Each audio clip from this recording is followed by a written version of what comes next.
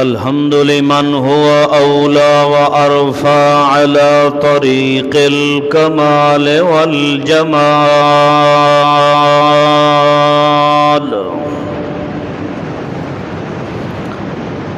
نشهد أن لا إله إلا الله وحده لا شريك له في الورى،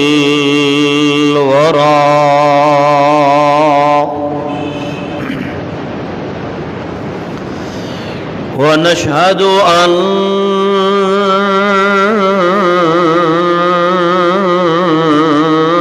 سيدنا محمد عبد الله ونبيه ورسوله. أما بعد فأعوذ بالله من الشيطان الرجيم. بسم الله الرحمن الرحيم.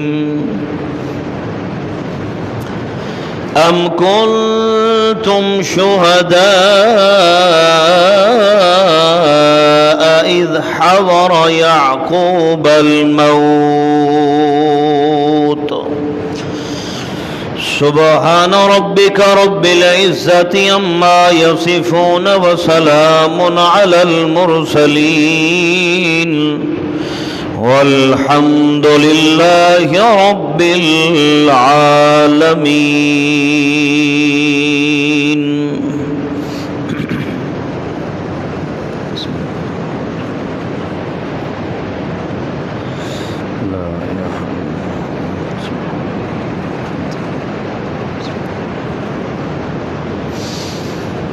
آپ صلی اللہ علیہ وسلم نے ایک حدیث میں فرمایا،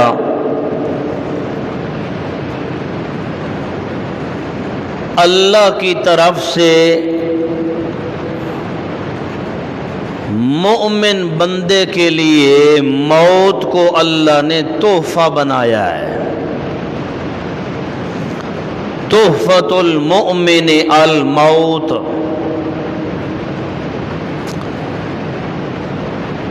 اللہ کی طرف سے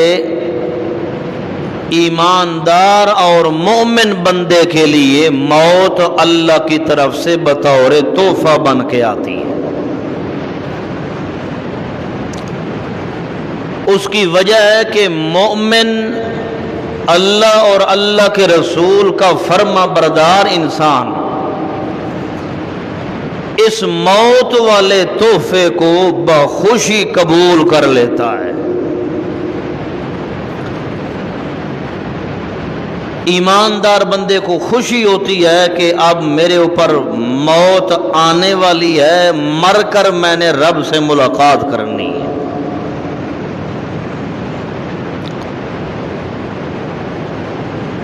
اس لیے تو ایک صحابی رسول صلی اللہ علیہ وسلم موت کے قریب کہنے لگے، الیوم القی الاحبۃ محمدا وحزبا، کہ ہے اللہ بڑی خوش قسمتی ہے کہ میرے اوپر موت آ رہی ہے، آج دنیا سے جان میری چھوٹ رہی ہے، چلو دنیا سے نجات پا کے الیوم القی الاحبۃ محمدا وحزبا، دنیا سے جان چھڑا کے چلو اپنے محمد مصطفیٰ کا دیدار تو جا کے کرو گا جنت کے اندر.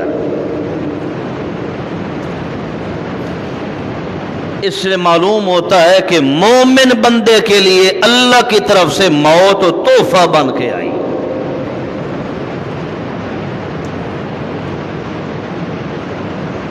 اس وجہ سے ایماندار بندے کو اللہ سے دعا کرنی چاہیے کہ اللہ مجھے اچھی موت نصیب فرما،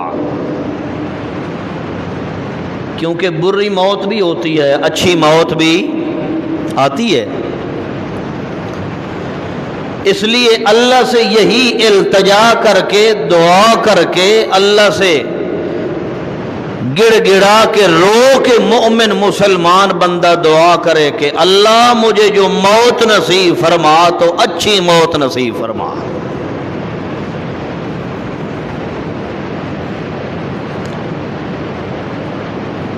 اچھی موت کیا ہوتی ہے وہ بھی آپ صلی اللہ علیہ وسلم نے ایک حدیث میں بیان فرما دی۔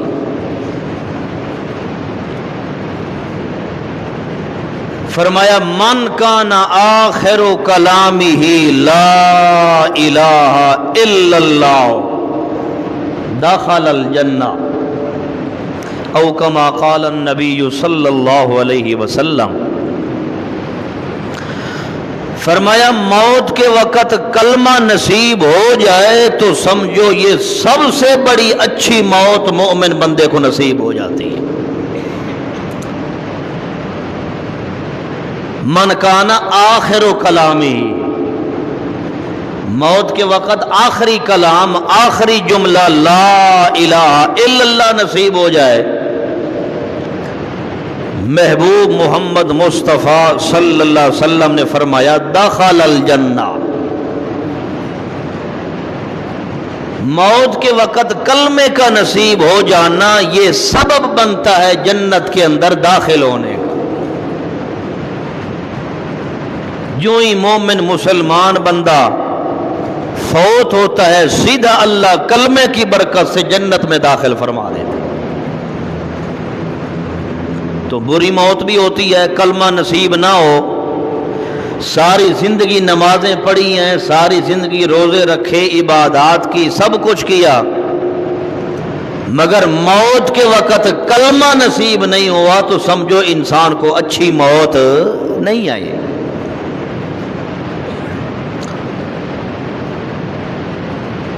بڑے بڑے تجربات میں آیا ہے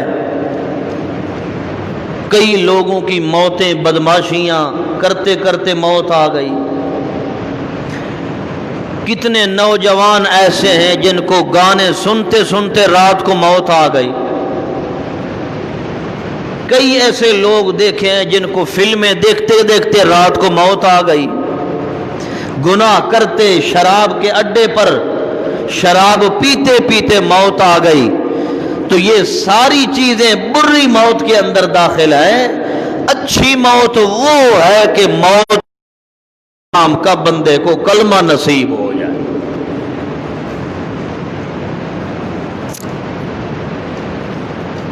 اس وجہ سے آپ صلی اللہ علیہ وسلم نے حدیث میں خود فرمایا ہے کہ اللہ سے اچھی موت مانگا کرو۔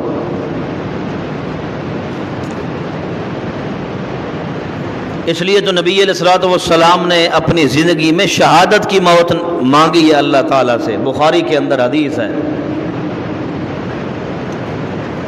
بار بار مانگی ہے شہادت کی موت۔ صحابہ کرام نے بھی شہادت کی موت مانگی ہے، حضرت سیدنا ابو بکر صدیق رضی اللہ عنہ نے بھی اللہ سے شہادت کی موت مانگی ہے۔ تو یہ ساری ان کی دعائیں بتلاتی ہیں کہ وہ شہادت والی موت کو پسند کرتے تھے آپ صلی اللہ علیہ وسلم و صحابہ کرام۔ اس لیے تو اللہ سے بار بار تمنا کر رہے ہیں کہ یا اللہ ہمیں شہید فرما، ہمیں شہادت کی موت نصیب فرما۔ مگر اللہ نے جن کی قسمت میں شہادت لکھی تھی موت شہادت والی نصیب فرما دی۔ نبی علیہ الصلوۃ والسلام اور حضرت ابو بکر صدیق رضی اللہ عنہ کو اللہ نے شہادت والی موت نصیب نہیں فرمائی۔ ان دونوں کو اللہ نے اکٹھے جمع فرما دیا ہے کہ جو ابو بکر صدیق کی موت آئی ویسے ابو بکر صدیق کے محمد الرسول اللہ کے موت آئی، اللہ نے دونوں کو اکٹھا رکھ دیا ہے تاکہ دنیا میں کوئی ابو بکر صدیق پہ اگر تبرہ کرے یا کیچڑ اچھالے تو سیدھا محمد الرسول اللہ پہ الزام لگے۔ اس پہ فتویٰ لگے کہ یہ ابو بکر صدیق کا منکر نہیں، یہ آپ صلی اللہ علیہ وسلم کی ذات کا بھی کیا ہے۔ لوگ کہتے ہیں نا کہ میاں باقی صحابہ کو شہادت کی موت نصیب ہوئی، مگر ابو بکر صدیق رضی اللہ عنہ کو شہادت کی موت نصیب کیوں نہیں ہوئی؟ تو اللہ نے ان دونوں کو، صاحب قرآن کو اور صاحب یار غار کو، دونوں کو اکٹھے کیا ہے۔ شہادت کی موت تو مانگی ہے، تمنا بھی کی ہے، مگر اللہ نے نہ نبی علیہ السلام کو موت دی شہادت کی، نہ آپ صلی اللہ علیہ وسلم کے یار ابو بکر صدیق رضی اللہ عنہ کو موت کی شہادت کی۔ اللہ نے ثابت فرمایا ہے کہ مومن بندہ اللہ سے مانگے تو اچھی موت مانگے، اللہ سے کہے کہ اللہ مجھے اچھی موت نصیب فرما، بری موت سے محفوظ۔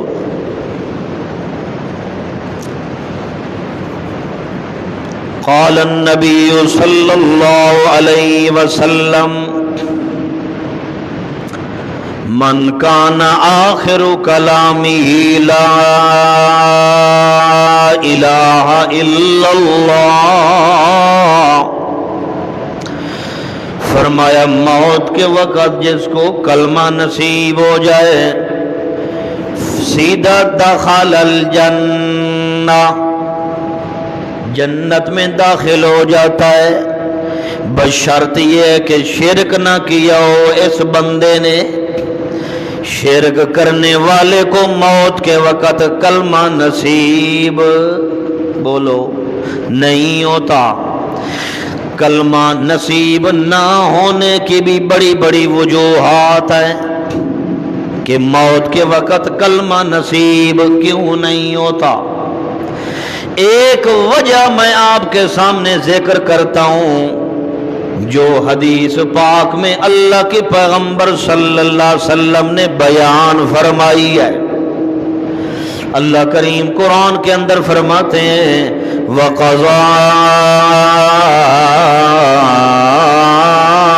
رَبُّكَ أَلَّا تَعْبُدُوا إِلَّا إِيَّاهُ، اللہ کریم فرماتے ہیں میرا پیغمبر یہ میں اللہ نے دنیا کو حکم دیا ہے تیری امت کو کہ عبادت اکیلے خدا کی کرنی ہے، اللہ تعبدو الا ایاہو، جس طرح نماز میں بندہ کہتا ہے ایاک نعبدو، ایسے اللہ کریم فرماتے ہیں الا ایاہو، عبادت خالص رب کی کرنی ہے، وبالوالدین احسانا، اور اپنے والدین کے ساتھ حسن سلوک سے پیش آنا ہے، ماں باپ کی عزت و احترام بھی کرنا ضروری ہے، جیسے اللہ کی عبادت ضروری ہے ماں باپ کی عزت و احترام ضروری ہے۔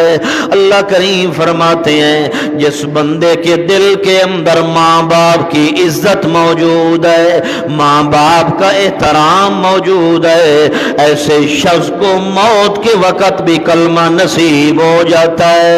جس بندے کے دل کے اندر ماں باپ کی عزت موجود نہیں ہے، ماں کا بھی نافرمان ہے، باپ کا بھی نافرمان ہے، اللہ کی قسم ہے اللہ کا قرآن شہادت دیتا ہے ایسے بندے کو موت کے وقت کلمہ نصیب۔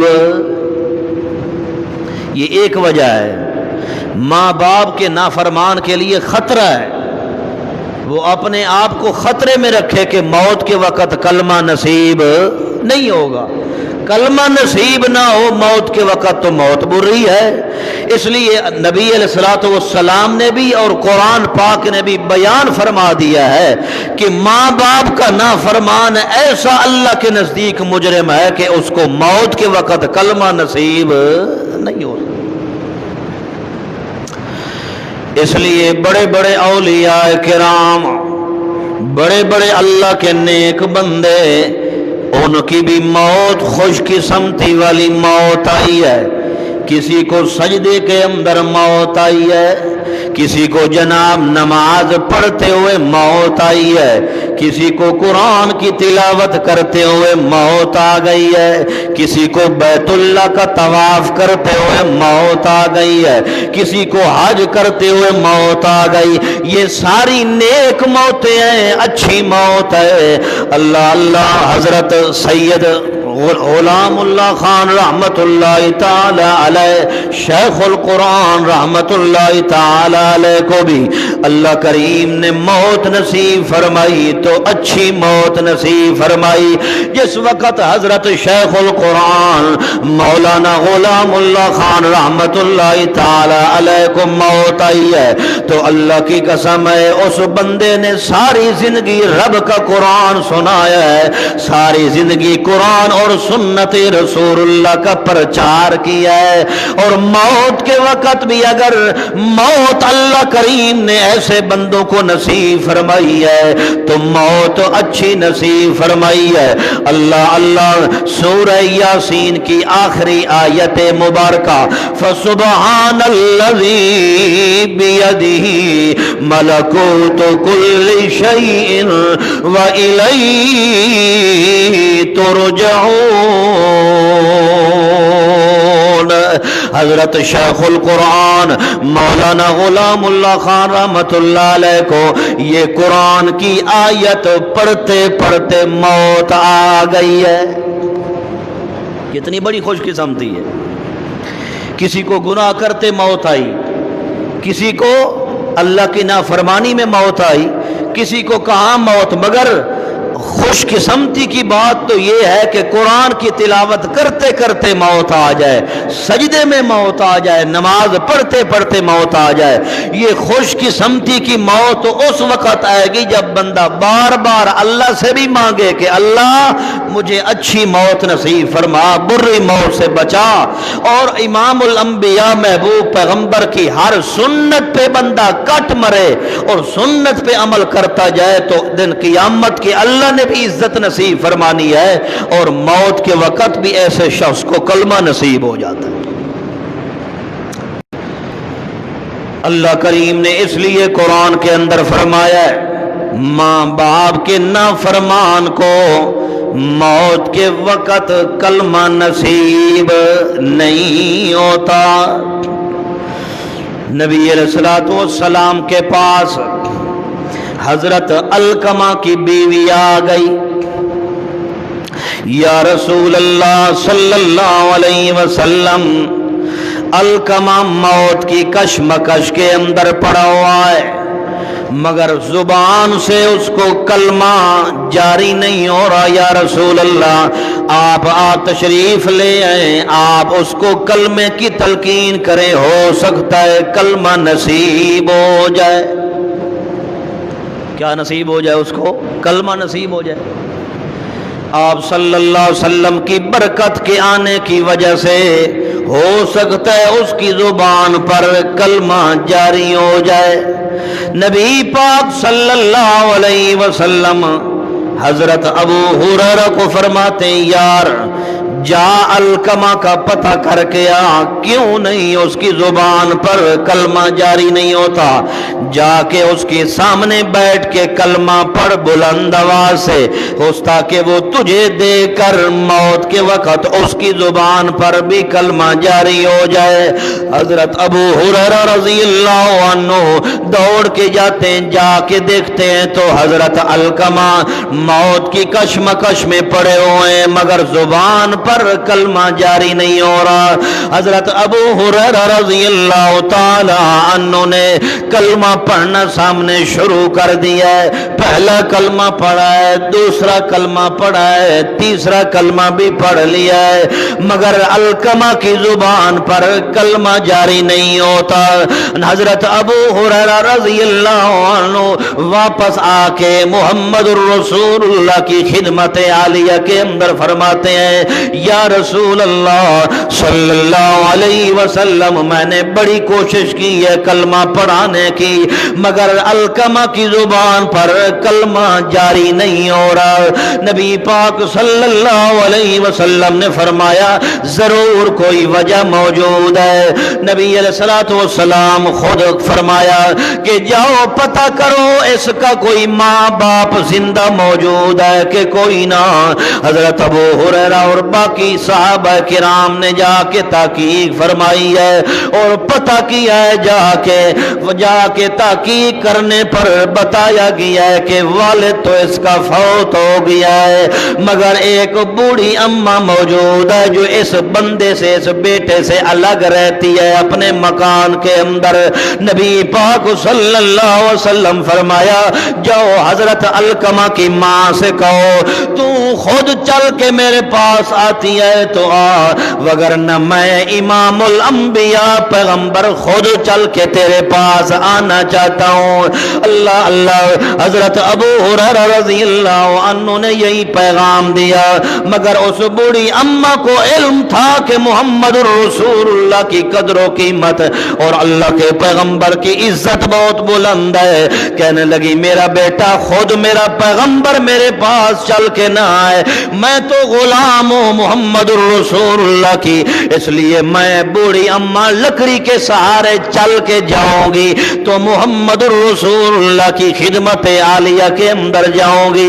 اس لیے اللہ کے پاک پیغمبر تو ہمارے آقا ہیں، ہمارے سردار ہیں، ہمارے پیغمبر ہیں۔ پیغمبر کو گھر نہیں بلاتے بلکہ پیغمبر کے پاس چل کے جاتے ہیں، اس لیے پیغمبر کو اپنے پاس بلانا تو بہت بڑی بے ادبی اور گستاخی ہے۔ اس لیے میں اماں بوڑھی لکڑی کے سہارا لگا کے چل کے جاؤں گی تو محمد رسول اللہ کی خدمت کے اندر حاضر ہوگی، نبی علیہ الصلوۃ والسلام کی خدمت کے اندر حاضر ہو گئی۔ حدیث پاک میں آتا ہے وہ بہت بڑی بوڑھی عورت تھی، بالکل لکڑی کے سہارے چل کے ڈنڈے کے سہارے چل کے محمد رسول اللہ کی خدمت عالیہ میں حاضر ہو گئی۔ یا رسول اللہ صلی اللہ علیہ وسلم میں حاضر ہوں، میں آپ کی غلام ہوں، آپ فرمائیں کیا حکم فرمانا چاہتے ہیں؟ نبی پاک صلی اللہ علیہ وسلم فرمایا تیرے بیٹے کی زبان پر کلمہ جاری نہیں ہو رہا، کیا تیرا بیٹا تیرا نافرمان ہے؟ اس نے نافرمانی کی ہے۔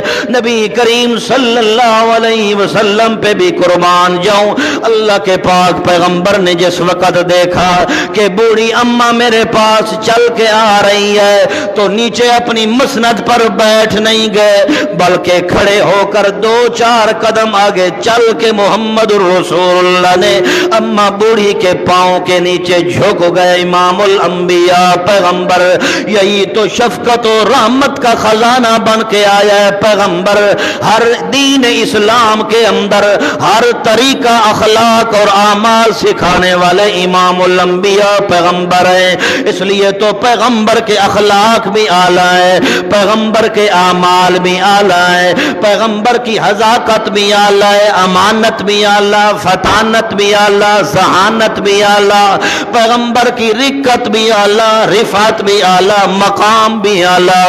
اس لیے تو اللہ کا قرآن کہتا ہے، اللہ کریم فرماتے ہیں وَإِنَّكَ لَعَلَىٰ خُلُقٍ عَظِيمٍ، میرے امام الانبیاء پیغمبر تو اخلاق عظیمہ کے مالک بنا کے میں اللہ نے بھیج دیا ہے، اس لیے پیغمبر نے اخلاق بھی سکھایا ہے، پیغمبر نے بڑے سے بات کرنے کا طریقہ بھی سکھایا ہے، اپنوں سے چھوٹے سے بات کرنے کا ادب بھی سکھایا ہے، پیغمبر نے تو سارے اخلاق اعمال طریقے تل سکھائے ہیں، مگر مسلمان آج کا پیغمبر کی طرز اور طریقے سے دور چلا گیا ہے، پیغمبر کی عزت کا بھی علم نہیں، پیغمبر کے طریقے کا بھی پتہ کوئی نہیں ہے، اس لیے اللہ کے رسول نے فرمایا اماں تو بتا تیرا بیٹا تیرا نافرمان ہے کہ کوئی نہ؟ تیرے بیٹے کی زبان پر کلمہ جاری نہیں ہو رہا۔ اماں بوڑھی نے آگے شکایت کی ہے محمد رسول اللہ کی خدمت عالیہ کے اندر، یا رسول اللہ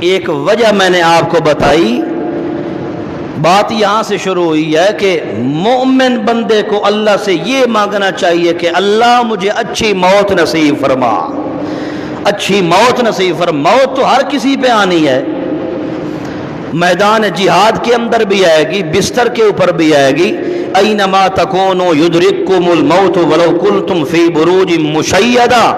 اللہ فرماتے ہیں چاہے تم شیشے کے محلات کے اندر بند ہو جاؤ، دنیا کے جس کونے کے اندر جا کے چھپ جاؤ، یدرککم الموت، تمہارا وقت پورا ہو گیا ہے تو موت تمہارے اوپر آ جائے گی، کیونکہ ہر بندے کے سر کے اوپر موت منڈلا رہی ہے۔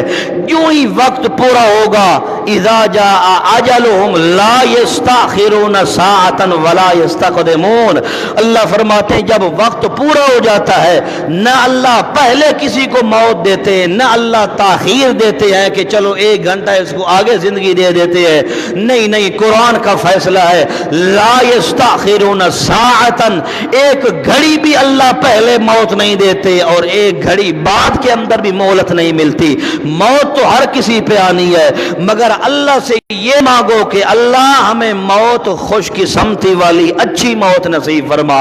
اچھی موت وہ ہوتی ہے کہ جس وقت موت کے قریب بندے کی زبان پر کلمہ جاری ہو جائے، کلمہ نصیب ہو جائے تو سمجھو یہ اللہ کے نزدیک بھی پسندیدہ موت ہے اور اللہ کے رسول کے نزدیک بھی پسندیدہ موت ہے۔ کلمہ جاری ہوگا ایمان کے ذریعے، عمل صالحات کے ذریعے۔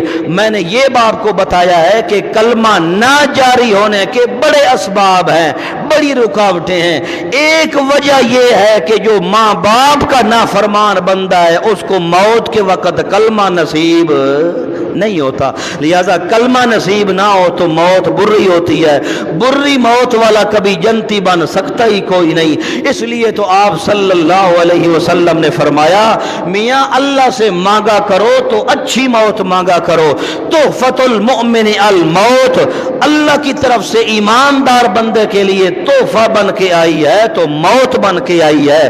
یہ تم ایماندار بندے کے لیے موت ہے کہ وہ بخوشی قبول کر لیتا ہے اللہ کی موت کو، تحفہ کو، اس لیے تحفہ سمجھ کے وہ کہتا ہے خوش قسمتی ہے کہ چلو میری دنیا سے جان چھوٹ رہی ہے اور آخرت والے جو مزے ہیں اللہ مجھے نصیب فرما دیں گے۔